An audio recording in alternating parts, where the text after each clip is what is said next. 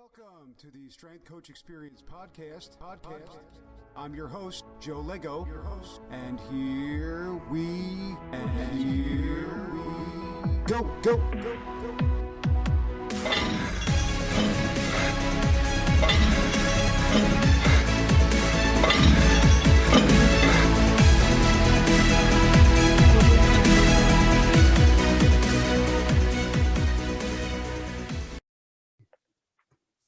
Welcome, everyone, to the Strength Coach Experience podcast, episode 18.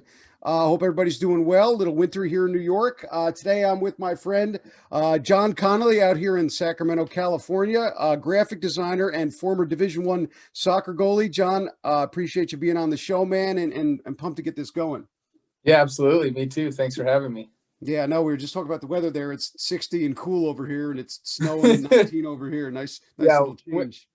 Winter's not so bad over here right now, at least not yet. So yeah, exactly. Yeah, it might go down to 50, and then you have to down to 50, maybe 45. That is true, though. It gets colder up in Sacramento. Yeah, it gets a little chilly. We get some snow. We're like an hour or two from the mountains, so yeah, we get some snow. That's not too bad. Well, at least you get a little bit. Yeah. All right, man. Well, let's go through, just growing up and how you kind of started playing soccer, and then we'll just kind of take off things from there. Okay, yeah. So soccer, I grew up in Annapolis, Maryland, which is a few hours south of New York. Played all kinds of sports. So I was baseball, basketball, swimming, soccer, everything on the street. Played street hockey, played lacrosse with my brothers, played football on the street all the time. So we did everything. Soccer stuck, though, for whatever reason. You just kind of at a certain point, you're better at some things than you are at others, and it sticks. So I played soccer competitively. I played all 4 years in high school on my varsity team at Archbishop Curley in Baltimore. We were a pretty solid high school team. We were nationally ranked for a year or two. And after that, I went to play at LIU, good old Long Island University in Brooklyn, where I played for 5 seasons. Didn't necessarily play all 5 seasons, but I was there for 5 seasons. Went through a few injuries and bounced back, though. And since college, I played semi-professionally in California, and I played a little bit of pro in Iceland and Australia as well. Wow, it must have been awesome over there. I heard Iceland's amazing. I loved it. Yeah, I loved it. I wish I had gone back for another year, too. Yeah. Well, you know, at least you got to experience it for the time you were there. Yeah, talk about cold, too. Yeah, it's cold as shit. Yeah, exactly. It's freezing. So with the with all the drawing stuff and all the graphic design, were you always a person to draw, amongst the soccer stuff? Was that always a part of your kind of life, or was that something you got into early on? Not really. I was actually like the worst artist in my family when I was little. My brother was good at drawing, and my dad was good at drawing, or better than me. So I was kind of discouraged from doing it because I was like, oh man, I suck at this. That's their thing. That's not my thing. So it kind of took a while to develop, and then I started to get a little bit better. And then I really just started to take off. Once I hit high school, I started to get a lot better at it. And I just doodled in class all day, pretty much just scribbling on my notebook and, doing that for a couple hours all day. And then coming home and doing art projects and stuff. So that really helped solidify it. And I really liked graffiti. That was how I really started. I found some of my brother's spray paint, and I was like, what is this? What is this? What can I do with this? Yeah, so that's how it really started, was doodling, sketching, and drawing girls' names for them, really. Like, you got to impress the ladies. So. Any way you can back in the day. We didn't have social media, so you had to, you had to be creative back then. You couldn't just tag them in a post. Definitely no social media. Maybe AOL Instant Messenger. That was about it. That was huge. If you got that, you were close. That was that was running down to first base. You were real close. Yeah. With the AOL Instant Messenger. And you put the little alerts too when they came on, so you were ready to go. Yep. So let's bring up with the art too. Let's bring up sports. Was that always a thing at your household? I mean, you said you played lacrosse with your brothers. You played street hockey. I mean, similar to you, I grew up on a cul-de-sac. I played every sport that there was. Were you, just in your family in general, is that how you kind of got involved in the sports? You had the brothers and you guys just played all through, growing up? Yeah. So my dad played college basketball. So there was a heavy influence of basketball particularly. He wasn't necessarily driving us towards basketball, but that's what he knew. So he would say, hey, you want to go shoot hoops? So we'd go find a gym and shoot hoops for a couple hours at night. That's just because that's what he knew. Yeah, and we had neighbors. So it's just my brother and I, and we had a couple neighbors around the same age, I'm sure, like you did. So we all played in the street after school in the snow and the rain, and it was just what we did because Mom said if you're in the house, like, you're gonna clean or you're gonna do something else to get your ass outside and do something. So that's how sports really came around. It was always just a matter of which one, right? And my parents were really cool about not forcing one on us over the other. You know, they were like, give us different options, but make sure you're doing something. Like swim team. My mom didn't want us home from school all summer doing nothing. So she said, you're going to do swim team. So we were up at 6 a.m. every morning, riding our bikes to the pool and swimming for a few hours. So in hindsight, I'm really glad they, made us do that. Yeah, no, I think it's important. And, all the kids that I train now, everybody always asks, when do I have my kid choose? When is a good time for them to choose? And I'm like, look, let them play as many sports as they can possibly get into. Yeah.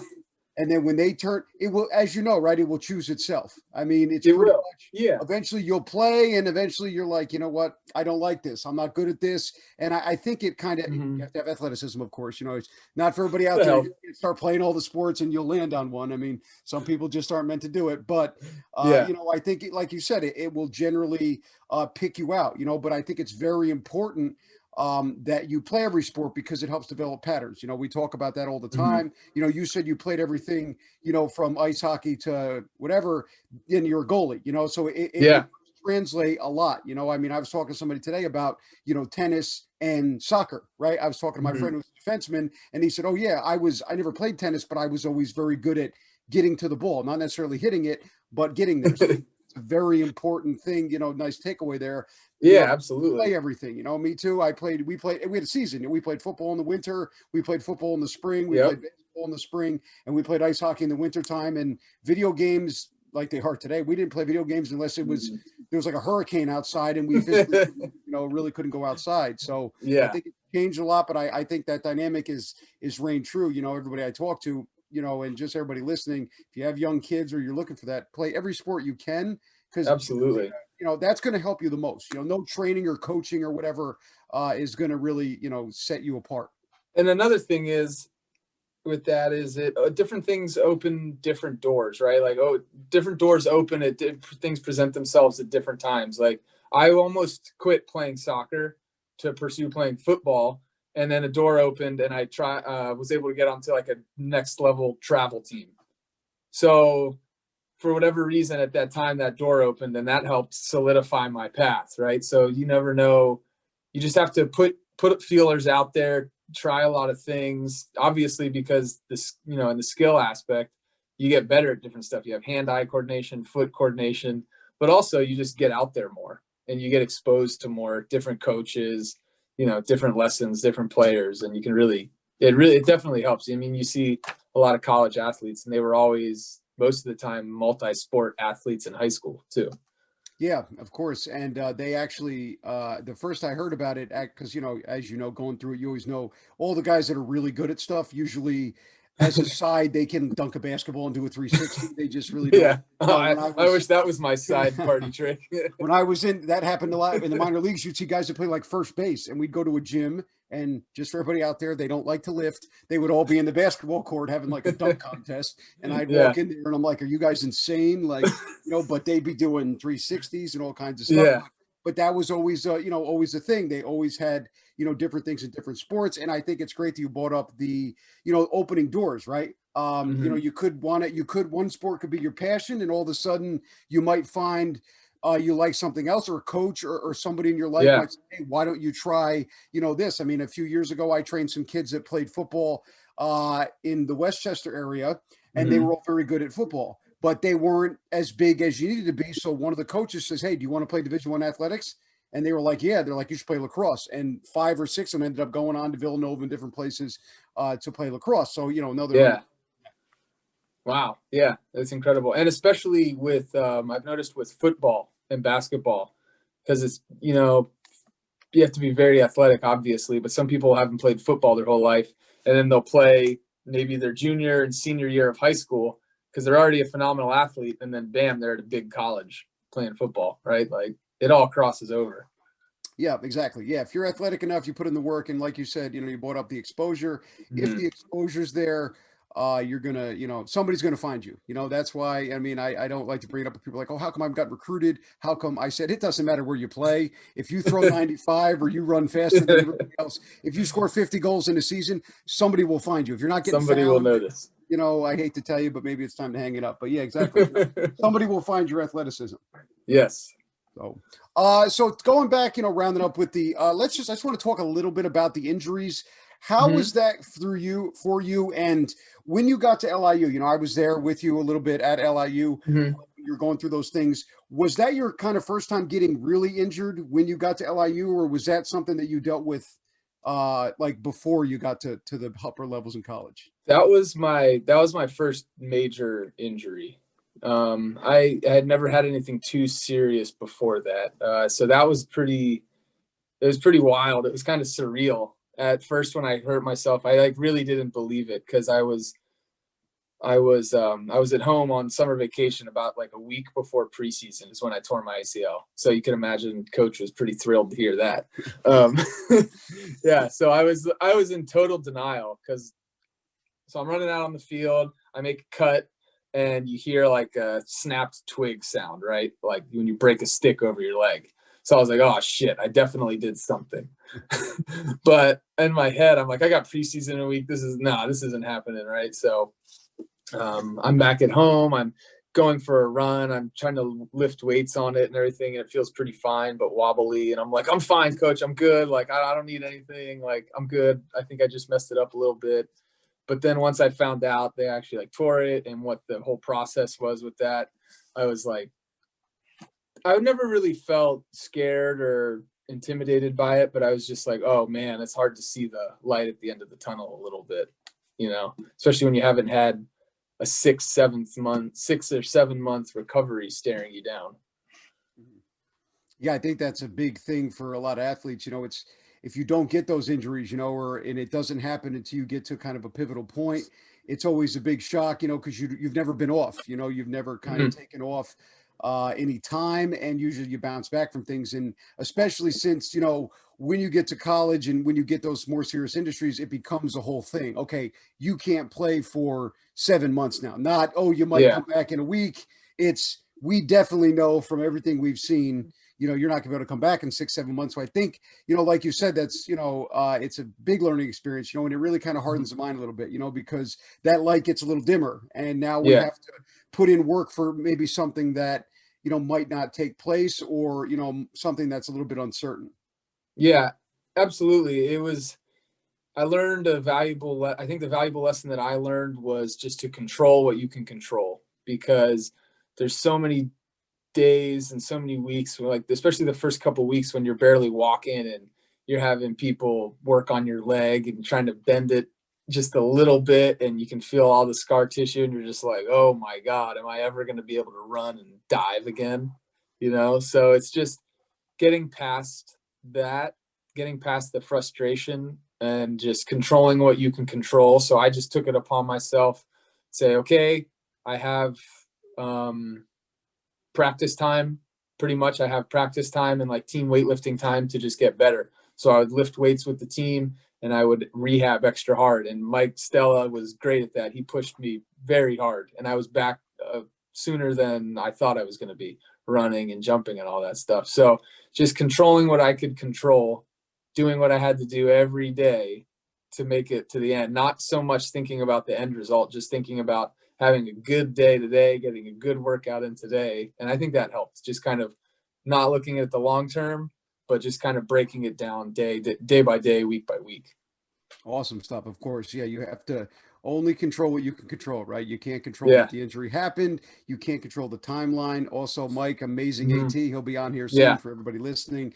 Great. And just so knowledgeable in that field. But, that's an awesome lesson. You can only control what you can control. That goes not only soccer, it's everything, especially, what we're in now, COVID, it's hard because, we get different things and different things getting shut down, but you have to do what, you can control. Right. And I talked about this in other podcasts. If there's something you want to do and there's something that you're passionate about, now might be that time to let that go. I'm not a big fan of the stuff on, Instagram where you should invent an app or make $1 billion. That stuff is a little ridiculous. Yeah. If you need the mental clarity, take the mental clarity. But I also think it's a good time. You can't control what's going to happen, with how everything is moving and the different things.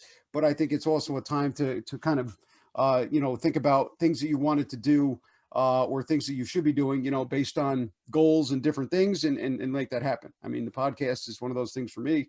Probably should have been doing this a few years ago. And then, I was in a room, and I said, let's see what happens and hope for the best. Yeah, I agree with that. It's definitely a good time to get things done right now. I mean, if you're able to, but like with the artwork, I took the opportunity, had a couple months off from things I was doing. All my firefighting programs internship was suspended. So I was home, I was making art, and things boomed. And like you said, I should have been doing this podcast years ago. I'm like, how was I not thinking like this years ago? But that's part of the process of learning and, figuring it out kind of.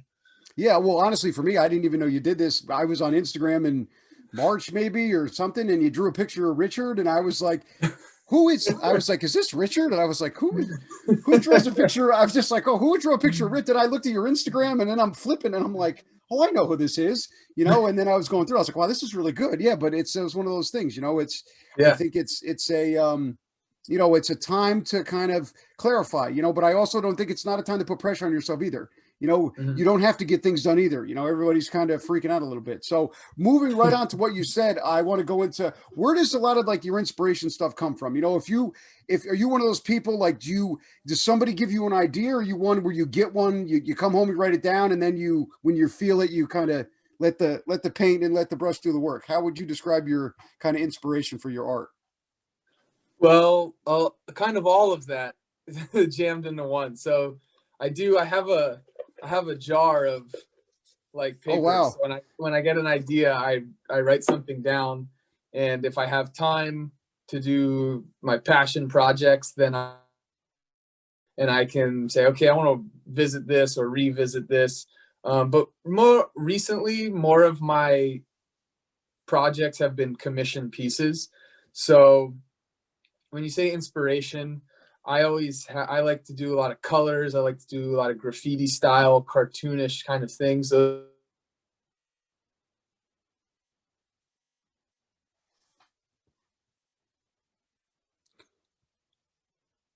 One second. We lost audio.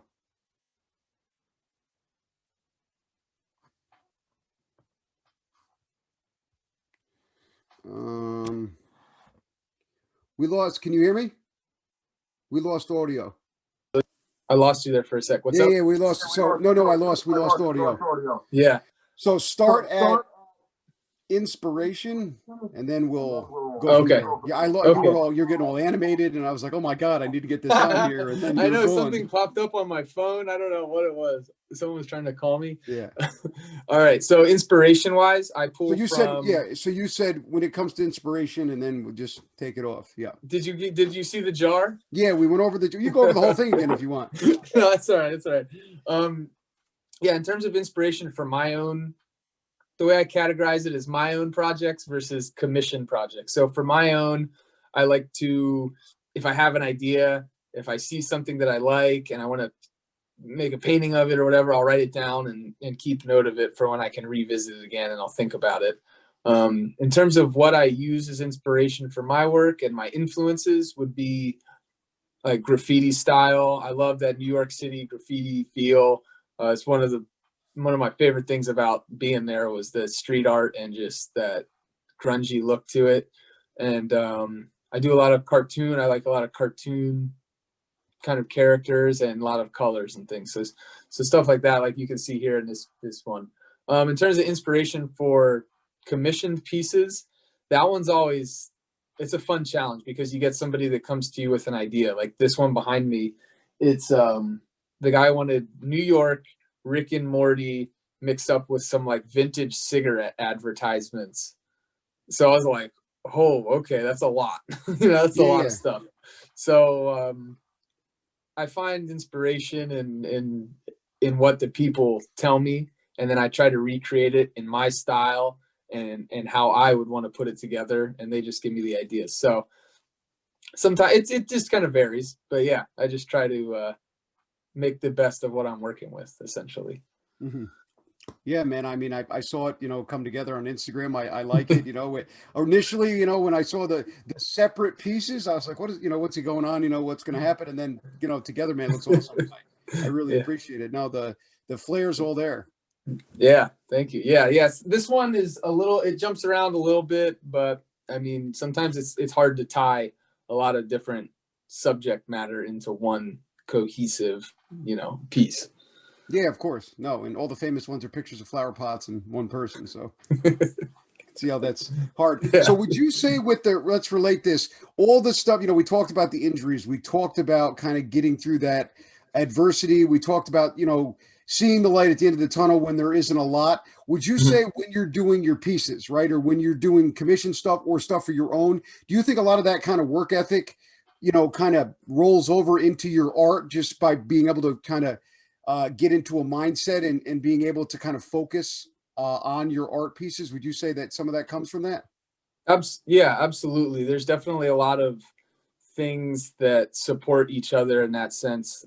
For instance, people think that art is, oh, you're inspired the whole time that you're painting. Oh, I'm so inspired, right? And it's not true at all. And you have to work, and you have to literally physically get down to work when you're not feeling inspired. So you have to be able to be disciplined, just like in sports. Like, how many practices I did not want to go to, Mhm. but I did, and I'm better for it at the end of the day, right? Like, oh man, it's like snowing. I don't want to go to practice tonight, but I have to.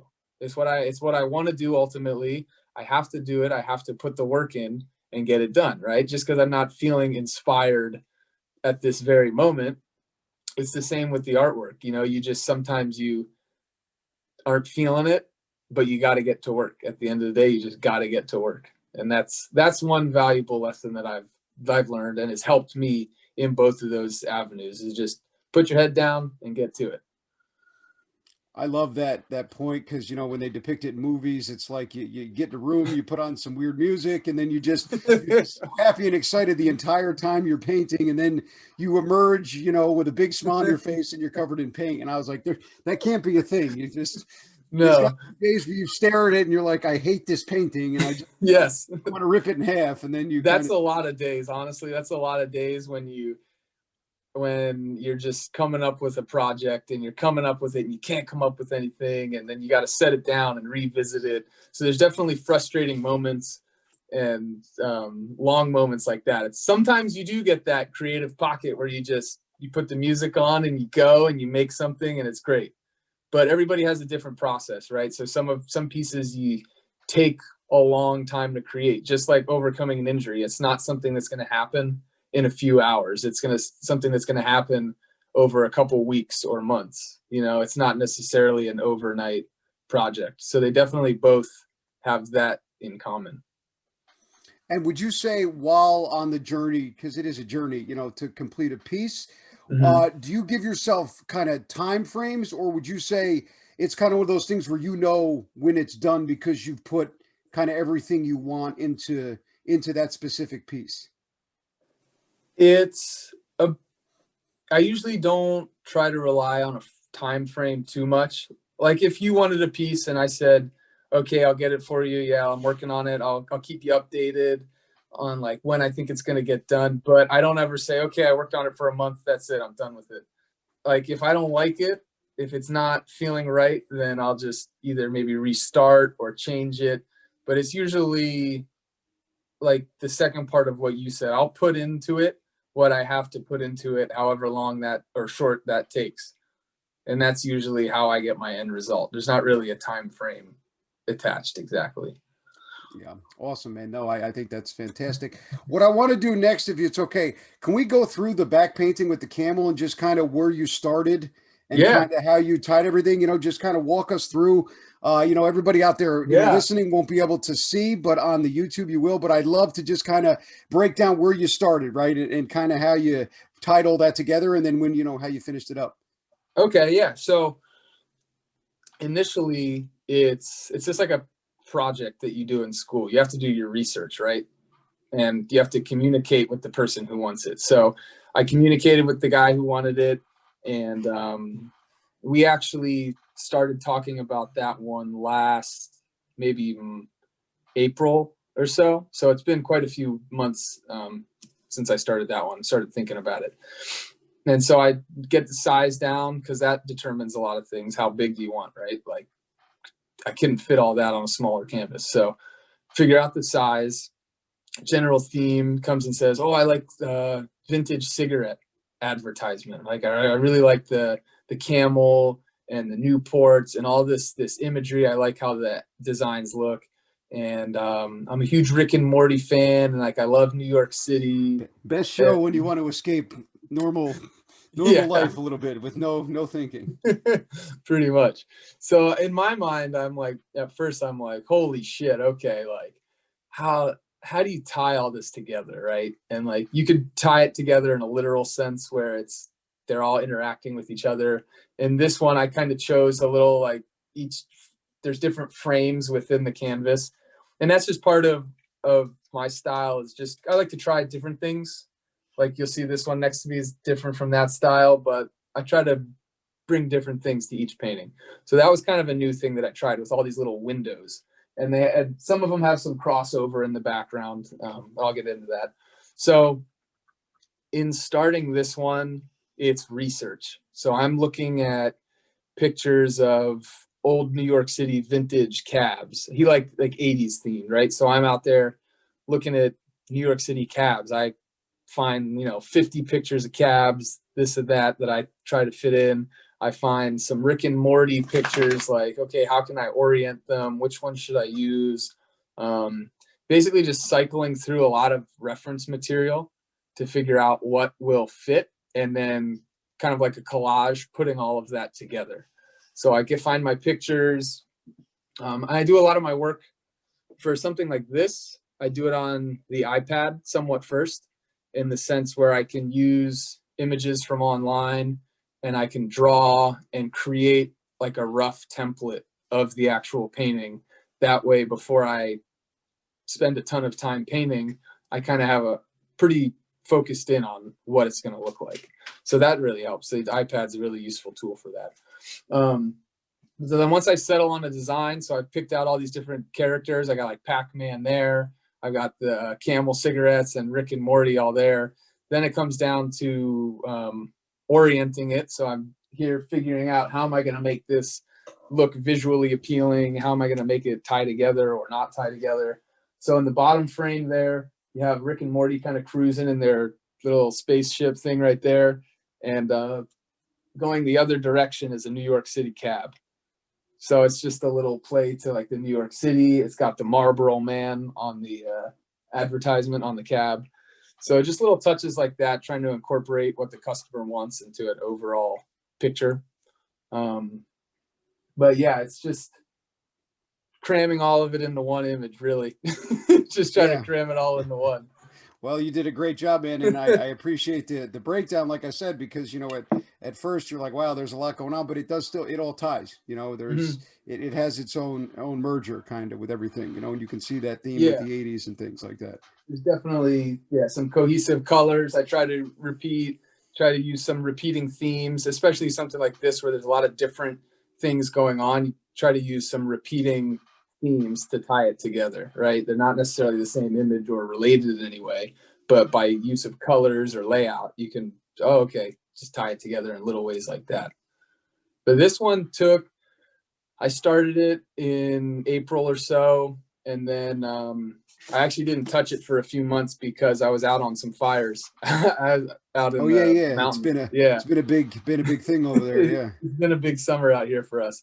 Yeah. So I didn't touch it for a few months, which was kind of nice because I already had this design down, but I hadn't actually been able to paint it. So then once I came home and I hopped right on it, I was really motivated to get it done.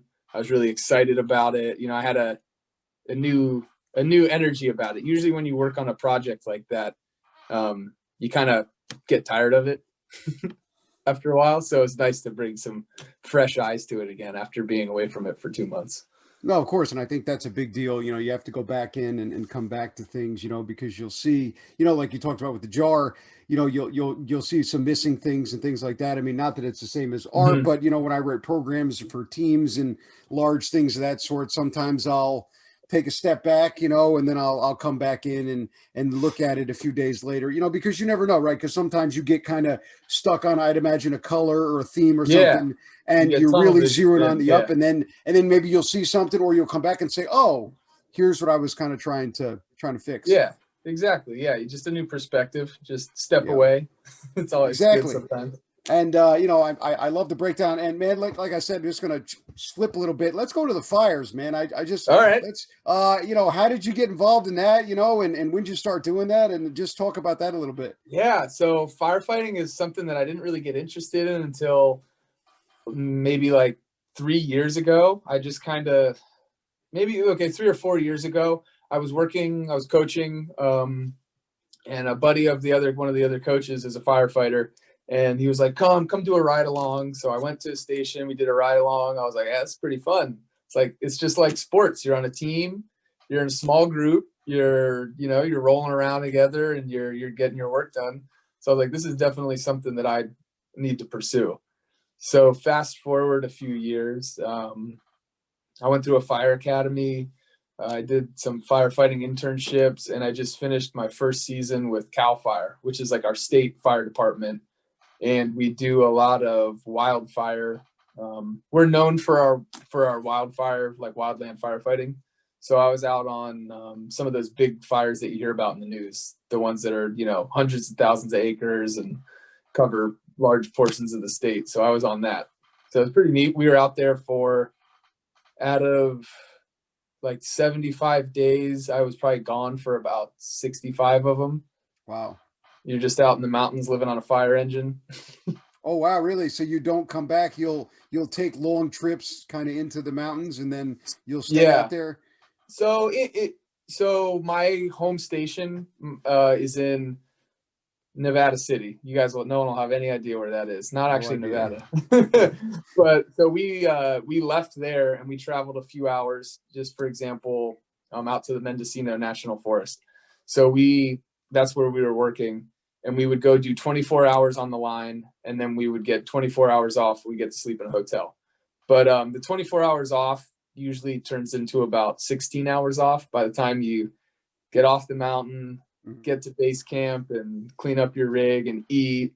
And by the time you drive to wherever the nearest hotel is, you're not getting there till 1 or 2 in the afternoon. You eat dinner and then go to bed and then drive back out into the woods. So it was a long couple months of doing that.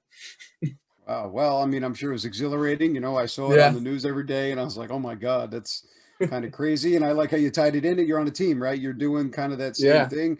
It's a little bit, pressure's a little higher. But that's awesome, man. Just bringing in those sports and same kind of guidelines and the things you did growing up, and now you're doing that with both your art and the firemen. Yeah, no, definitely team environment for sure. Exactly. So on a regular, if there is no wildfire, stuff going on like that, are you just like local with that stuff? And then so like I said, my particular station, my home base, you could say, is up in Nevada City. It's actually only about an hour from Sacramento. So my normal shift would be to work Friday, Saturday, and Sunday. So it's a 3-day shift, 4 days off. And for instance, once it started raining a bit and these larger fires were winding down, we're just at our home station covering our first due area. So that just means our initial response area. So around our town and our area. So we would respond to fires there, different medical calls. But then in the summer, we get called out on a strike team where they'll gather a couple fire engines up and they'll basically just shoot you somewhere in the state where they need fire engines. Okay. So when you're not on one of those, when you're not out in the mountains, you're at your home station just doing normal structure fires, medical aids, and whatnot. Oh, okay. So, but you said your particular house is known for the mountain fire. Well, the department in general. So Oh, Cal okay. Fire, it's just a state department, so we cover the whole state of California pretty much. Oh, So, okay. but we do a lot of that wildland. Okay. Yeah, I think it's a little different from here because I don't think they have like a full, you know, statewide thing, but also we don't have the same amount of fires that you guys do over there. Yeah, definitely a different feel on the East Coast. Like where I grew up, it was all volunteer fire Yeah, station. same thing here. There is Yeah. no, we don't have any. I mean, I'm not in the city right now, but yeah, we don't have the town that I grew up. It's all volunteer. Mhm. Yeah. So when I went to, Yeah. even when I first went to the city, I'm like, well, people get paid to be, because that's never a thing. There's a firehouse across, down the street from me, and it's the same thing. It's always been volunteer and stuff like that. Yeah. Yeah, definitely. Yeah. So here we have the state department, but then there's also local governments, cities and towns that have their departments, and there's a lot more paid departments out here than there would be back east, Well, yeah, just because fire threat. Yeah. Yeah, exactly. And you definitely need that. Well, man, that's amazing. I didn't even know before we kind of started that you're getting into that with the art. So normally, I would just say, hey, what advice would you give somebody for graphic design and art? But I think I want to turn it into a two-part question. What Okay. advice would you give somebody who, let's go first, that, has kind of a passion for art or is thinking about it, how to kind of push their business? I know we talked about that on the phone about a week ago. And then after you're done with that, let's go into somebody who's thinking about kind of joining, fire department, not necessarily in California, but somebody, what Yeah. to get ready and kind of how that changed, your kind of direction. Okay. In terms of the art, I would say for anyone who's interested in art in the sense that they do it just for fun or they don't really know, I would just say do it a lot more, get better at it, kind of develop your style and practice a lot. It's just like the sports where the more you do it, the better you get at it, right? There's a certain level of talent, but there's also a certain level of repetitiveness and hard work that goes into it, just like being on a field. So do it more, expose yourself, get out there, go look at other art, get ideas, figure out what makes you tick, like what inspires you to get creative, and then what your subject matter you like, right? Some people really like cartoons, some people really like video games, right? Figure that out. And then I'd say if you were going to pursue it seriously in terms of like a business, pick what you figure out, like who your audience is and what you want to do with it. So I'm kind of all over the place. I do murals and paintings and little digital this and some drawings here and there. But yeah, I would just say figure out what you like to do. And if you want to make it into a business, then go for it. Put yourself out there a lot, market yourself, get yourself involved in the community, because a lot of people, and that's a really tough one because it's hard to, especially now with Corona, to get out there physically and shake hands and go meet people and give them a business card and do stuff like that. Like, oh, I did that one. I did this mural over here, this and that. You can't really do that anymore. So utilize your social media, but get out into the community as well. And also the last thing, like we mentioned earlier, don't wait for inspiration to come just like knocking on your door. Just get to work and it'll happen. Yeah. No, awesome, man. And I know it always sticks out the thing you talk about community. We spoke on the phone last week about, whatever your business is, be involved in the community, that way you can say, oh, you helped with this thing, whatever it may be, regardless if it's painting a mural like we talked about or fitness or whatever, doing a fitness class at a charity event, but you were involved in that, right? And then you said that you still get business from that mural, and it's been quite some time since you put that mural together. Think of it like a resume, like when you go for a job you want, right? You want to put your volunteer activities and all the clubs you were in or all the other stuff that you did that makes you unique. So think about your business as a resume. You want a resume for your business essentially. So I've participated in this and you get X amount of exposure, or I did my mural over here and like I'm still getting, pictures of it online. I'm still getting customers coming from that. So yeah, you're just getting out there and make yourself known. Mm-hmm. Great advice. Anybody listening, that you can take that with everything, You know, it works with everything. You know, get involved in the community, get yourself out there. You know, the more you put yourself out there, the more you'll get in there. And we talked about, you know, we constantly touched on with everything light at the end of the tunnel, right? Especially now with Mhm. social media and stuff. You're not going to get 1,000 likes the first picture you put up there, you know, but I Yeah. think it's constant, you know, and you know, you have to constantly be putting in work or at least putting out content, you know, having things out there so that you have the best kind of way to expose yourself to be found. You know, because if you're sitting in your house, right, you have great art and everything's great, but nobody sees it and you don't paint it for anybody, you're going to be you're going to have a lot really nice pictures in your house to put up everywhere. You know, if you want to turn things into a business, you have to find somebody that wants what you're doing, you know, and it has to be Yeah. good enough to you know, exchange money for it. So I think that's a big thing. You want to get it out there, whatever you do. You know, if you bake pies or whatever, you know, or art or whatever it may be, I think that's a big, huge takeaway. You have to get your work out there, regardless of what your passion is. You know, Hmm. and I think, you know, you brought up another good point with inspiration. A lot of the things that we're gifted at, you don't have inspiration doesn't come. It's just kind of something you feel like you have to do. You know, even on those bad Yeah. days. That's I think that the biggest thing is the stuff that you're meant to do or stuff you're blessed with or your Steve Harvey talks about it, your gift, if you will, right, is Mhm. something that you can do or that you want to do with little to no training, right, or things you can figure out. And then when you get to Yeah. those difficult times, you know, and I feel like you've had two, you know, with the soccer and now going in with the art stuff, right, it's going to push you on its own, you know. So if you have to think about it a lot or you don't really know a lot about it and you're trying to go into it, you know, unless you have dire, you know, there's skill sets that you already have figured out on your own, that might not be your gift. We talk about the podcast, right? I haven't shut up since I was 2 years old, so therefore I do a podcast. Everybody that knows me, everybody will tell you it doesn't be quiet, and you know, I don't have a soft voice, and you know, there's videos of me at 2 years old walking around, and in the home videos you're this booming adult's voice in the background, and you see a little tiny child, and then it's my voice connected to almost a full grown adult screaming voice. So, you know, you talk about goals or you talk about, you know, gifts sometimes, you Yeah. know, articulation and things. That's just what I'm relatively good at. So, you know, I think that's a big takeaway from this. Yeah, you definitely it helps channeling that talent and that stuff that you're just naturally have a gift for. Mm-hmm. Channel it, take it.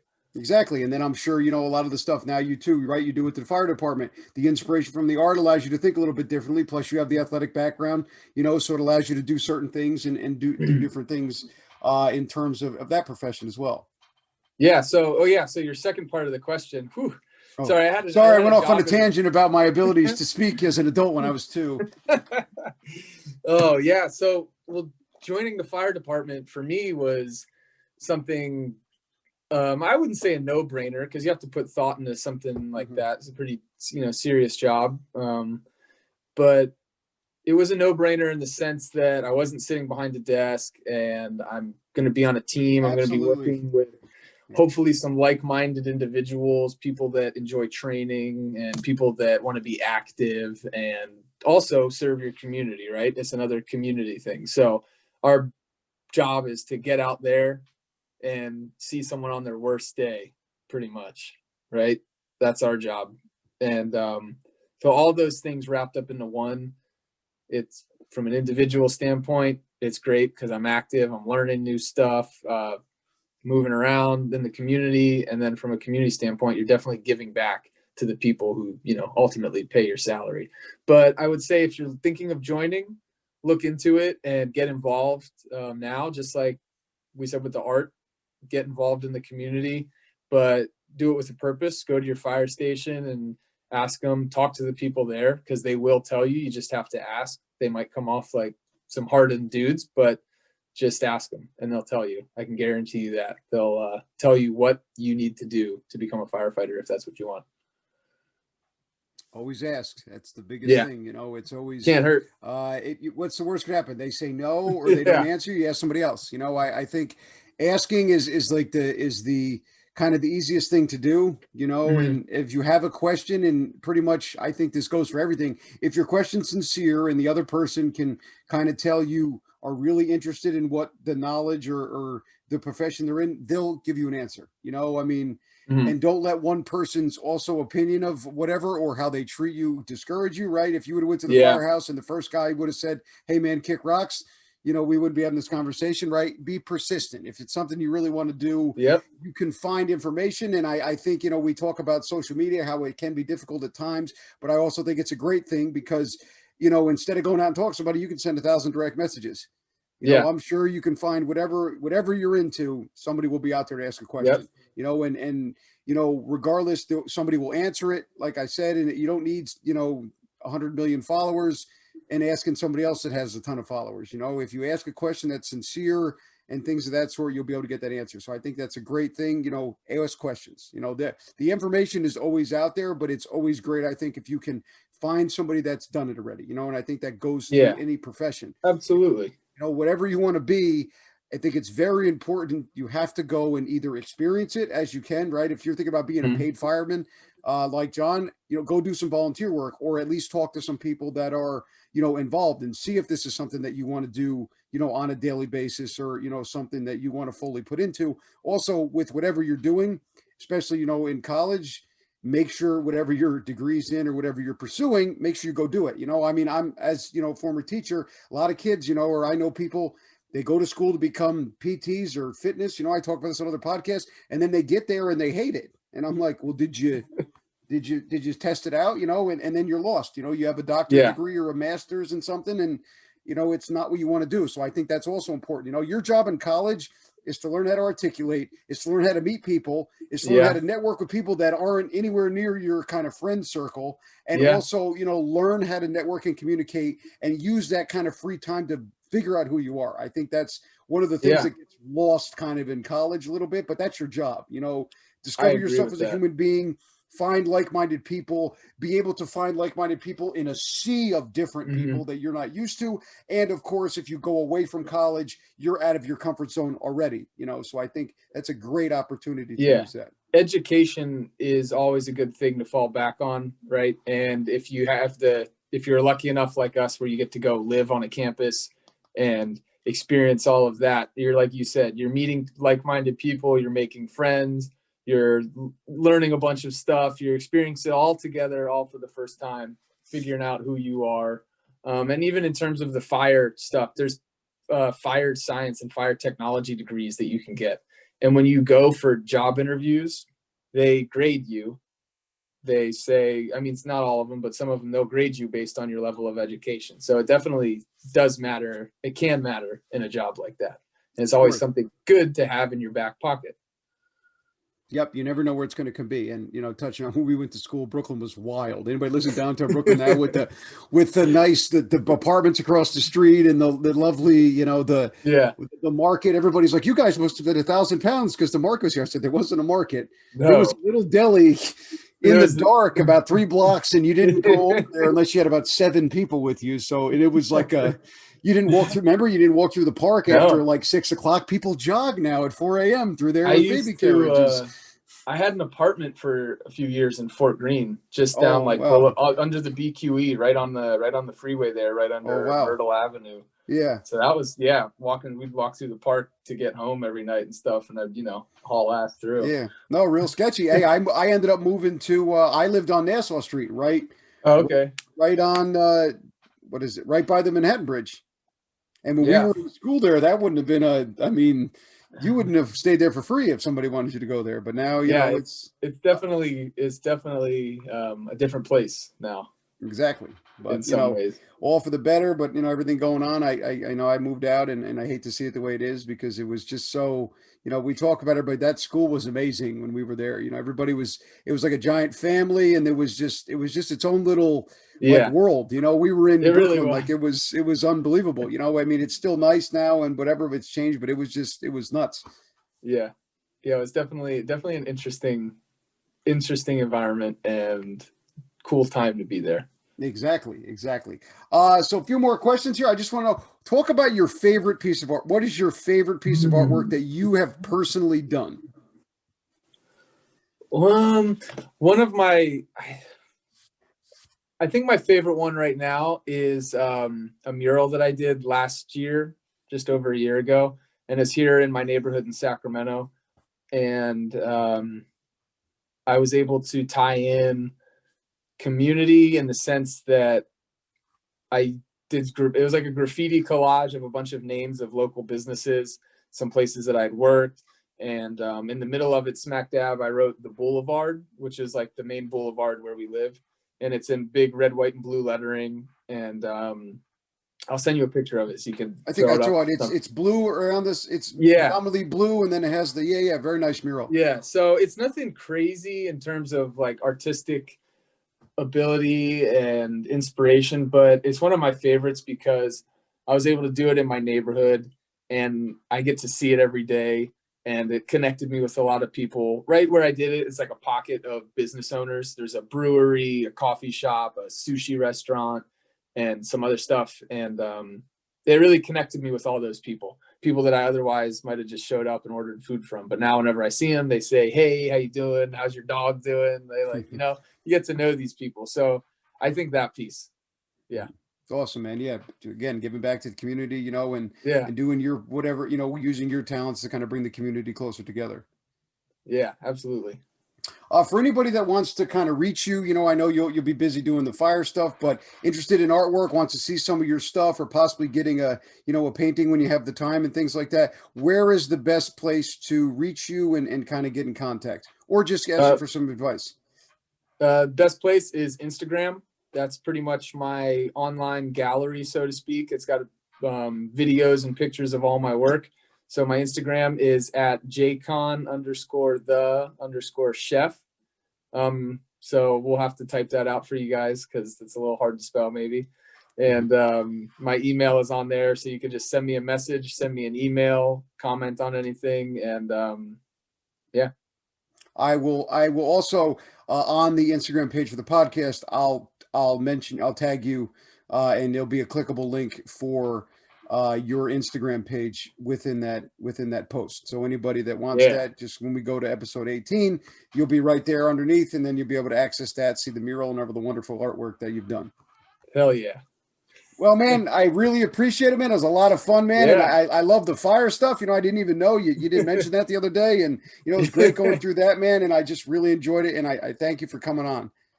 Yeah, man. Thank you. I appreciate it. I had no idea I'd be doing a podcast if you had talked to me a few weeks ago. So I'm really, really glad you reached out. It's definitely a fun first experience. Awesome, man. You did a great job, man. And like I said, man, we just let it ride. Yeah. Thank you for watching. Please remember to subscribe and follow us on Instagram for all the latest updates on the podcast.